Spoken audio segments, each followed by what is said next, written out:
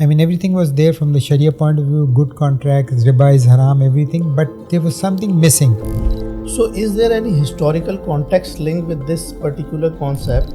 That was sale against deferred settlement, and that was Moajjal. Masha and Tola for silver and gold. Same thing, it was a unit of weight, not the name of a currency. For Ayats regarding Riba. So what is Riba? Now let's consider that, because when somebody tells us bank loan, and if you have to borrow some money and have to give something extra back.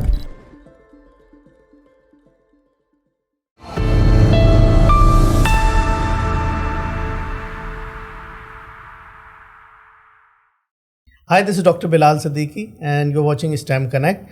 Today we have a guest who has huge experience in banking system, and he is one of the pioneers who has introduced Islamic banking system in Pakistan, Mr. Pervez Saeed Saab. Assalamu alaikum, Dr. Saab. I'm fine. Thank How you. Are you? I'm fine. Thank you very much for inviting me at this forum. And yes, I've had a very extensive and intensive experience in Islamic banking and banking. I started my career with a multinational bank and conventional bank, and then I switched over to Islamic banking purely on the basis of conviction, because I believe that riba is haram and we should get out of this system.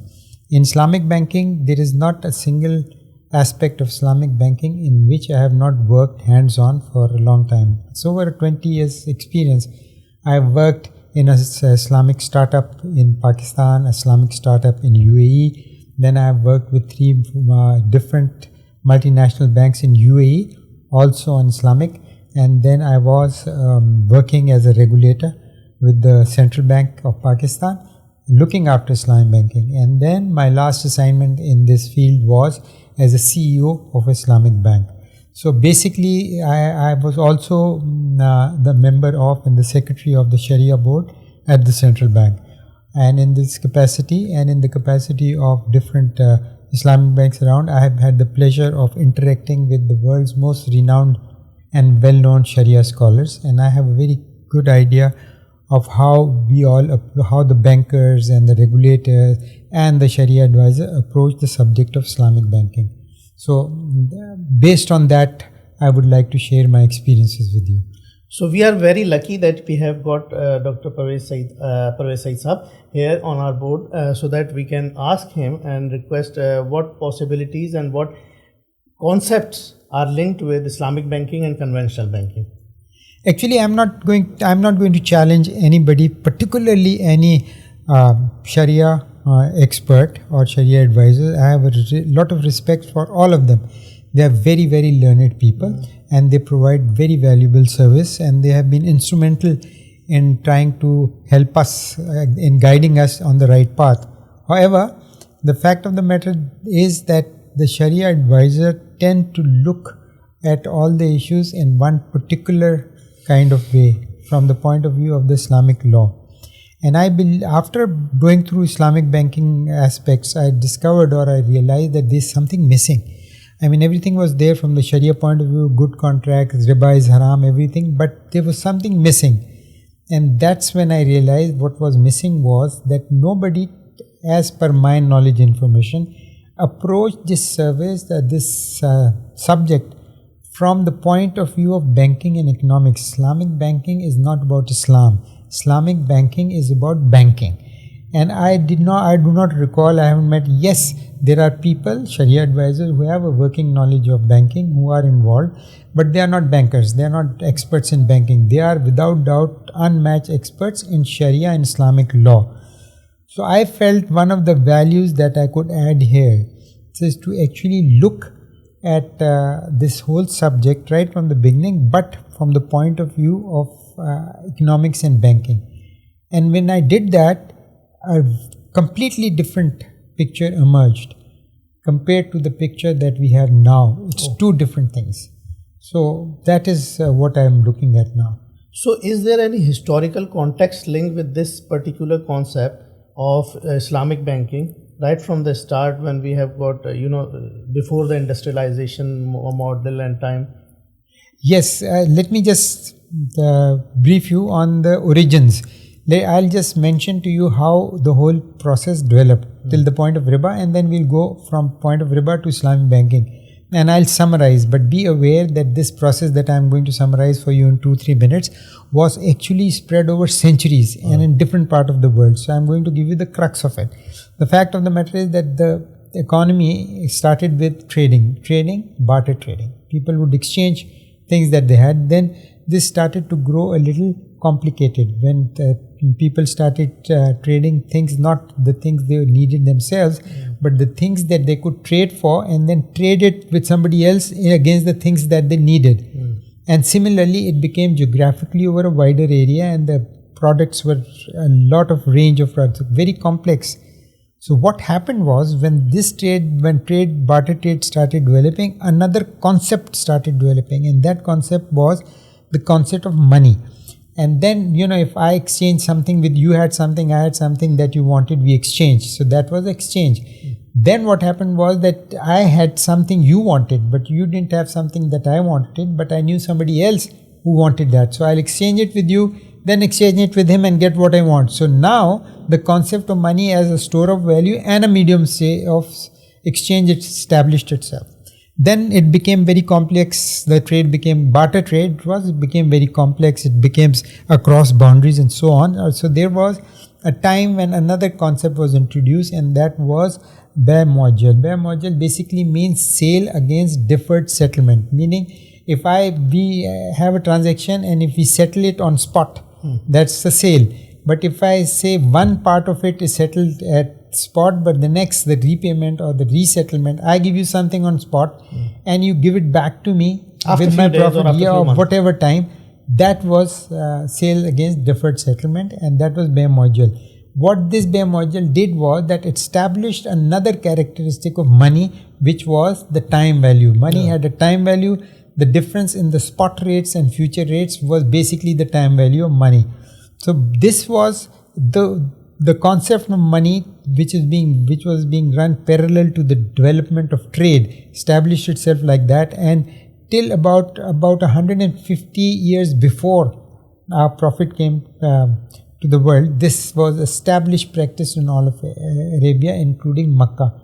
This was also the established practice in Makkah at the time of our Prophet, and this was Moajjal was accepted and approved trade practice at the time of the Prophet. Oh, so it means that it was in a practice at that particular time before the Prophet came. Exactly, but it was a concept in the sense because we had money, but we did not have currency. The concept of currency also was developing at the same time, but the currency could not be developed because there's one main characteristic of currency, which is that currency needs to be fungible, meaning one coin, for example gold, should be exact same value as any other coin of gold. But that would be only possible if, for example, the weights were standardized and the purity level was standardized. But sorry to interrupt, didn't we have dirham or dinar at that particular time? We had dirhams and we had dinars at particular time, and it's mentioned in the Quran as well. However, dirhams and dinars in those days were the units of weight. Just like we have Masha and Tola for silver and gold, same thing, it was a unit of weight, not the name of a currency. Okay. So because it was a unit of weight, the gold coins and the silver coins ended up being traded by weight. So their values differed. So they were considered a commodity as well. So let's come to the time when our Prophet was there and trading was done. The trading was actually barter. Currency was not in vogue. It was under the process of developing. So gold coins and silver coins was also traded by weight. And in those days, the three concepts of money that were absolutely established and practiced was money as a concept was medium of exchange, store of value, and had a time value of money. So this is what it is at the time of our Prophet and at the time of the revelation of Ayats regarding Riba. Okay. So what is Riba? Now let's consider that, because when somebody tells us bank loan, and if you have to borrow some money and have to give something extra back, so at that point of time, money was just a concept. There was no currency, so there was no physical borrowing of any. There was no financial transactions. All transactions were actually barter. But what happened was that some of the traders in those times started misusing Moajjal. And what they used to do, see, in those days, taking a personal loan was not taking money. loan was basically taking any of the products. So people would not take it, they would take something. For example, if a person was very hungry, his family was very hungry, and there was a trader who was trading in say dates. So he would go and try and get some dates. So Let's that he suppose could if I come and I am a very needy person, Yes. and I come to you and ask you something For which example, you have. you say, okay, you, please give me some dates, my family is very hungry. So the thing is, the idea was that the person who's giving this date for the person who's needy should be a charity. Right. But instead of charity, they used to say, let's make this Moajjal. Oh. So what they deferred settlement, that okay, take as many as you like, but you give me this, whatever you're taking, plus more after a month or whatever period. But since I am a needy person, I am not able to afford providing money to you later at the later point of time as well. Yes. Now that you mentioned the word money, let me also clarify at that point of time, the financial system and the commodity trade system were the same, and the commodity which was the subject matter of the trade, like in this case dates, were also the money. Okay. So what you are lending to him was money. But what he was needing is something to feed himself and his family, so it was a commodity. Right. But because of this cycle, when if he couldn't give, then you gave him more time, but he had to give more dates back to you. So this continued, and this primarily, the idea from the part of the trader was to induce you or induct you in economical slavery. In those days, you worked yourself or you had slaves. There were hardly any employer-employee relationship. So this is how they got people entrapped into economic trap and used them as literally slaves, get them to do what. And this was not just with individuals, it was also with tribes. And the people, and if you know the history, it's very clear, the Quraish had a free pass. They would go everywhere without any issues, no security issues, whatever. The reason was two. One, they had everybody's statues of their gods in Kaaba, and whenever they used to come to Kaaba, they used to host them. And secondly, most of the tribes in that area were under obligation to them because of their riba. Because of they needed something, they gave it to them, and then they increased the return settlement amount, settlement quantity more and more, which cannot be settled. So this is how Quraish were able to go everywhere, very secure, very easy, cheap. No, because if somebody else went, they had to first give money to the tribe of their area to make sure that they are secure. So if they were going from Makkah to Yemen, there were many tribes in between. They had to pay everyone going, they had to pay everyone coming, so it was very expensive. So that was the secret of their success. But the point is that now, at the time that riba was, the ayat prohibiting riba came, this was the situation, and it was the misuse of Moajjal to enslave people and tribes economically. That was actually, this practice was actually riba, and this was prohibited. So when this was prohibited, the trader said, why? Same thing, it's the same thing as trade. It's Moajjal, and that's a trade, and that's permissible.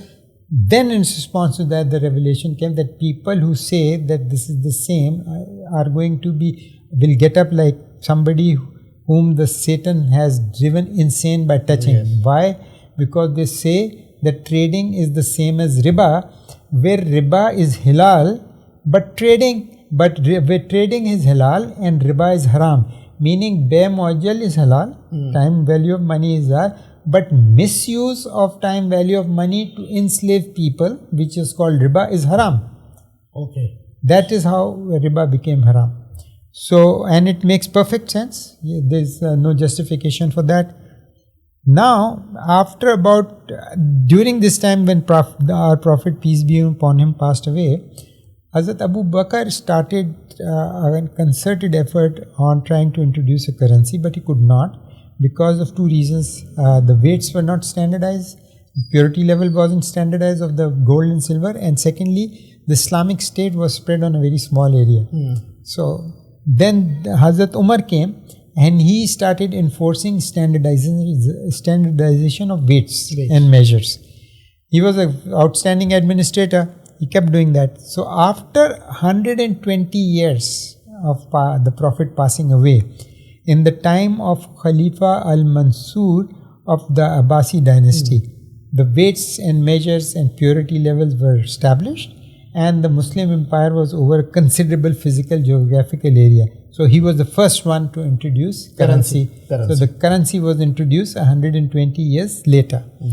When currency was introduced, we needed the rules for this new thing. It was not there before because it was barter now. So one of the ways the Sharia scholars look at deriving rules for something new is they look at the Quran and Sunnah and see if there's something that resembles something that's come now. And if there's some resemblance, they take that thing and then make necessary adjustment and apply the rules to the new thing.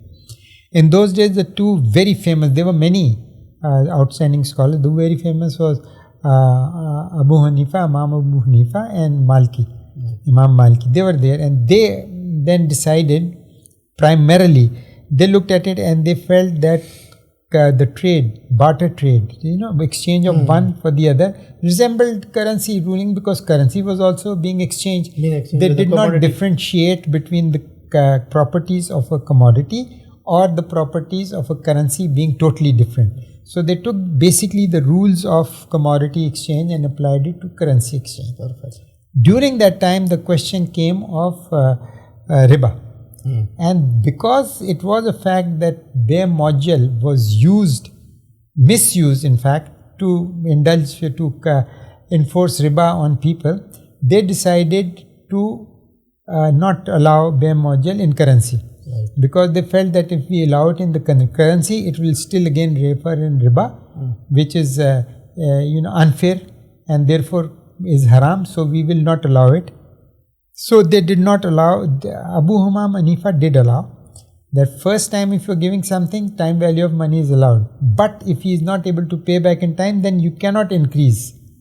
And then it should be established right from the start and that cannot be changed in time, because again they were trying to deny the use of time value of money, which was established halal, acceptable practice during the time of Prophet as well. But they wanted to discourage it completely because they felt that it would result in riba, which is haram. So that is how the time value of money got out, and Muslims said no. Muslim scholars said no. If you're going to lend money for some time period, the amount you have lent is the amount you're going to get back. Any addition, we'll consider the riba, and riba is haram. So that is how the rulings of trade got applied to currency, and that is how the time value went out so that riba could be avoided. Then about another 100 odd years, formal banking system came into it. Because you see, the reason why currency came and why banking system came, because trade became very complicated. Now, traders were some other people with extra money were some other people, they were in different parts of the world, they didn't know each other. Somebody needed money, somebody had extra money. So there was a role required for an intermediary. So that intermediary became a bank, and they put in a system that was completely different than trade. They were not there to manage trade, but the banking system was meant to support, but it was managing money and currency. So basically, banking system is the offspring of, you can say, a trade system. It was born out of the trade system. The trade system, as it got complicated, it gave birth to different sales transactions like Moajjal. When it further developed, became sophisticated, it gave birth to currency. When it became further sophisticated, it gave birth to the banking system. But currency was very different than commodity, and also banking was different than currency. It was managing of currency, not currency itself. However, because of this let's say procedure that Sharia scholars always adopt, that they look at if there's a precedence and then from there they adopt the rules for the new thing. They took the rules of barter trade, applied it to currency. When banking came in, they took the same rule and applied to the banking. So it was really oranges and apple trading, and banking is oranges and apple, yet they applied the rules of oranges was applied to the apples. And therefore there was a hodgepodge, and Muslims kept struggling. Just to give you an idea what was happening in other part of the world, I find it very interesting. Christians, another Abrahamic religion, they had the same issue. In the time of King Henry III, they introduced the currency. First time in their part of the world. In their part. And the same thing happened. and their clergy said, no addition when you lend a currency, because that would be usury. Then that system developed and became complicated, and it was realized that this is not going to work. Time value cannot be, currency should have a time value, otherwise it won't work. By the time they reached Henry VIII then said, no, this is not a workable system. He constituted a council of 7 experts. 3 experts were pure economics, 3 experts were pure clergy, and the 7th one was clergy as well as economists. And he gave them this, now tell me what to do. So they sat, and then they came up with the proposition, no, the time value of money exists, but it should be linked to the trade. And how is it going to be linked to the trade? That the central bank or the sovereign at that time, based on the trade parameters of his country, that day, whatever the trade parameters, inflation, whatever, based on that, he will come up with the rate. The central bank, Bank of England, will come with the repo rate. That rate would be the interest rate for the currency. It's got nothing to do with the usury. Usury, anything above that. Because if you take anything above, because this central bank rate was dependent on the trade parameters. Trade is permissible. So this is fine. But anything above that is then considered unfair, coercive, and usury. So as usual, their clergy refused to accept it. They said, no, anything addition is usury. Just like later our Sharia scholars said, no, any admission whatsoever is usury, is riba. They said anything. Then what King Henry did was a different interesting thing. He started a reformist movement in the church. Then that reformist movement resulted in the Church of England separating itself from the church, from the Roman Church. Thus the Protestants came. And when the Church of England broke away from the Catholic Church in Rome, they started reporting to the sovereign of Britain. So the King Henry VIII, he had the Bank of England and the Church of England both reporting to him. So then it became very easy for him to establish this. So he made a law, first time, that anything above 10% is usury and 10% bank interest. Then later he realized that trade parameters keep changing, so the bank rate will keep changing. So he said, fine, as long as the central bank is the one that is announcing a rate, whatever the rate they announce, it's interest, which is perfectly fine because it's based on trade. Anything above that is usually not allowed. So that when they took that stance, their trade was very well supported by the banking system, and they started doing very well economically. And what about the community? Was it acceptable to the community as well? People start involving in that? Yes, system? Because of 2 reasons. One is because the church had separated, and Church of England accepted it. Okay, fine, we accept this interest and we accept this usually. This is a separation. So the people of England started, and then the fact of the matter, it started to become very popular, because then they started seeing the result of this very efficient system comparatively on the trade. So everybody was happy. So they accepted. The outcomes in the community were improved as well. Yes, the economic outcome, economy of the country improved. It was working very well. On the other hand, the Muslims were still tied up what to do, because they wanted to sort of, pretend that it's not financial transaction, it's trade transactions. So actually the confusion was prevailing in Pakistan, in Islamic area. System. Then what the Islamic area, then what did they do? They just say, okay, we'll have a musharaka and mudaraba, same thing. Over here, they said they took a different stance. In England, they said, no, we agree. It's a question of the risk you want to take. Musharaka is basically you want to share risk. Yes. So share this corporate structure, the stock exchange that you have based on. They started introducing that. Okay, here's a corporate structure. You want to do musharaka, go into this, buy your shares. Then you are a profit and loss sharing. That's what you want. Then different kind of economic instrument they started introducing at different levels, so that people could participate in the economy and get whatever return depending on the risk they want to take. But it was a separate system, and they did not confuse it with the trading of commodities in barter. And by that time, that also went away. There was basically then banking supporting trading, and there was trading against currency and against money. So they established themselves. Muslims kept floundering.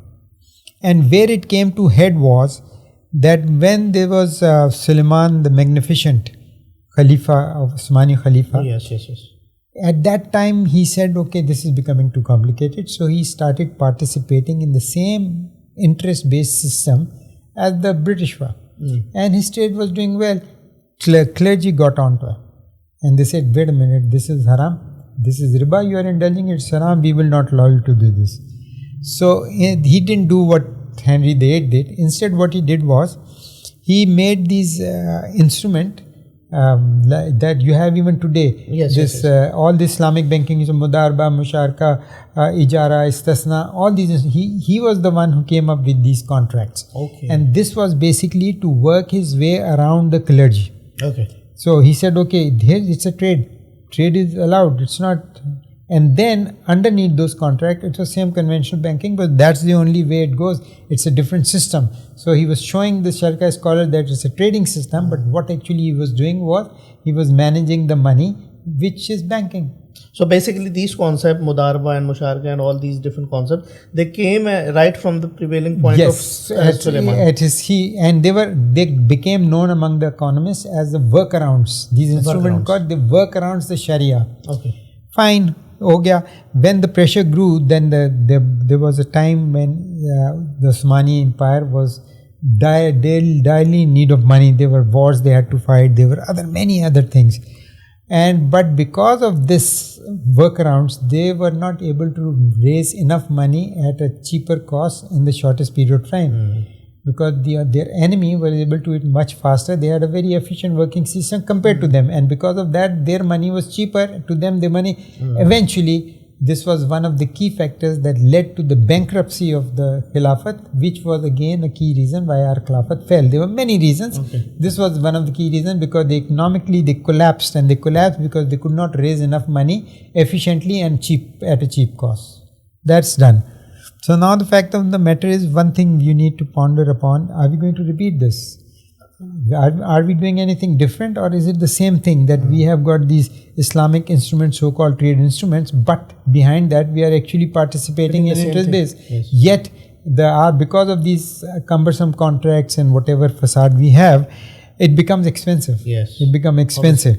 And then if you look at the way Islamic banking works, and I am a practitioner of that art, all that extra cost eventually comes on to be borne by the depositor and nobody else. Yes, obviously. So that is unfair. That in fact, in my opinion, is riba.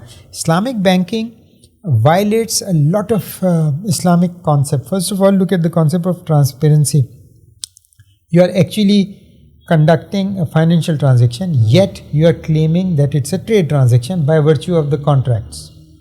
So technically you are claiming it's trade. Actually there's no transparency. And you know the famous ayat, I don't recall the exact reference, where it says to people who have faith, why do you say something that you don't do? And you know that Allah hates that you say something that you don't do. So we are saying that it's a trade contract, we are doing a financial contract. So we are violating transparency, we are violating everything in the book. So basically, because of this, the Islamic banking, in my opinion, is actually become more of close to riba than the conventional banking. They are fairly transparent. They take time value of money. Time value of money was never haram at all. Misuse of time value of money was haram. They don't misuse, they can't misuse. They are regulated very strictly by a central bank. The prime rate is announced by the central bank. Then central bank has their inspection, monitoring, control. So riba in conventional bank is very, very difficult, but very easy in Islamic bank, because there is no transparency.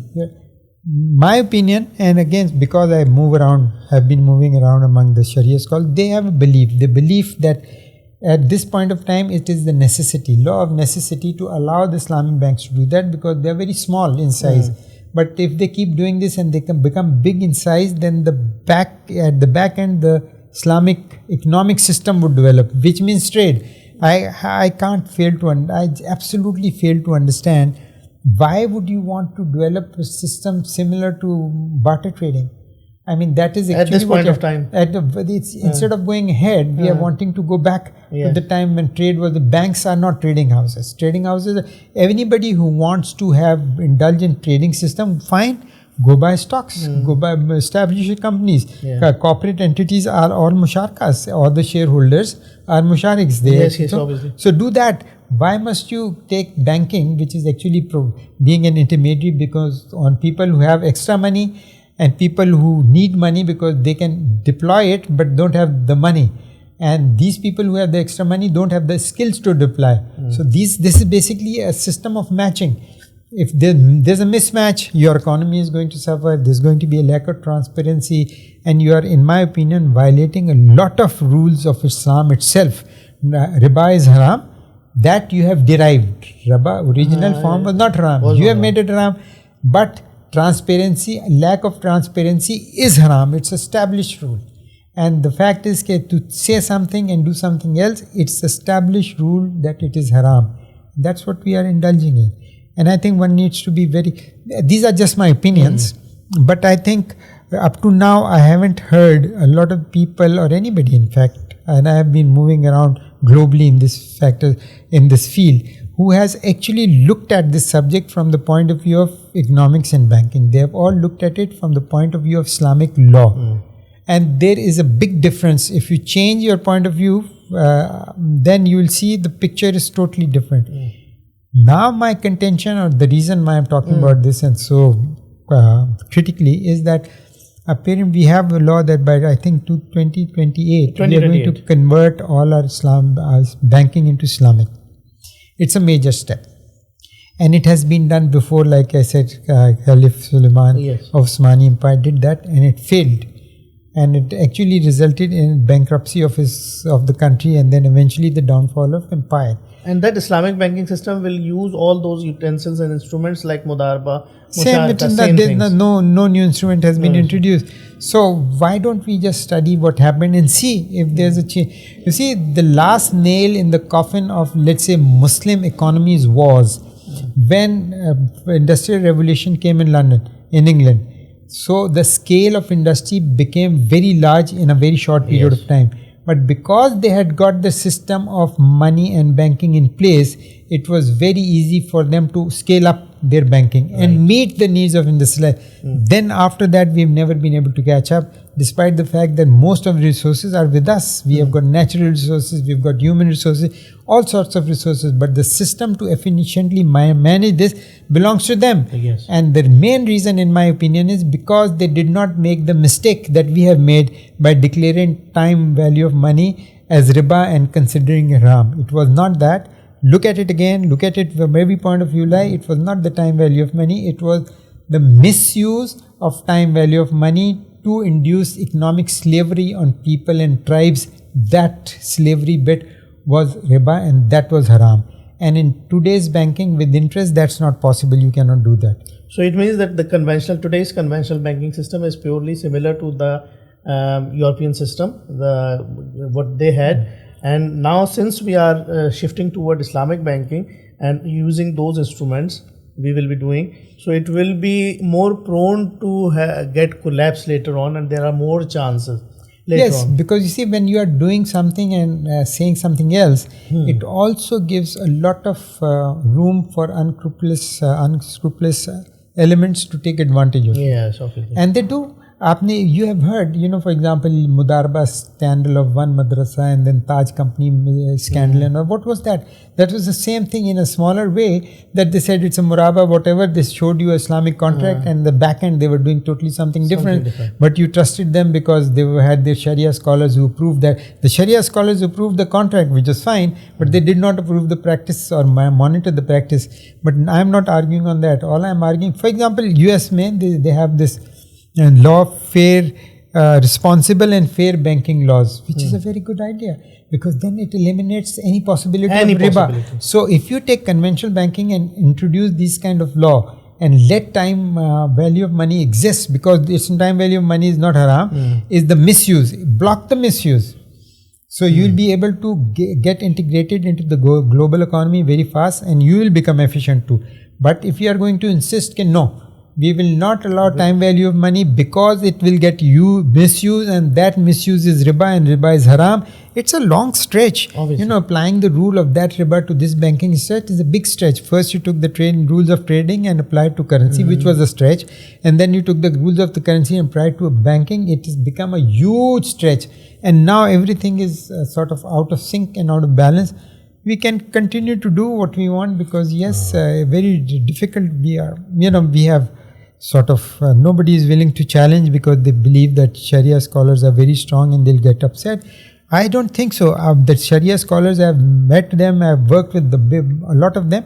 They're fairly open-minded. It's not that, but if you're not going to share your opinions with them clearly and very precisely, how are they going to get the feedback? You have a Sharia, I've worked with them.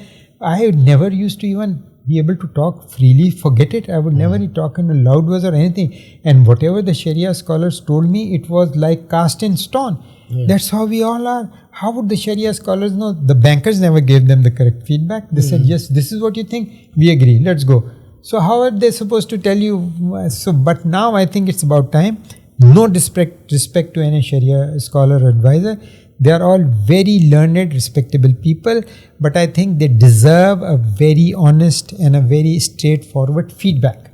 Opinion from the bankers and economists. And then they will, whatever rulings they come up with, will be far more well informed and far more acceptable widely.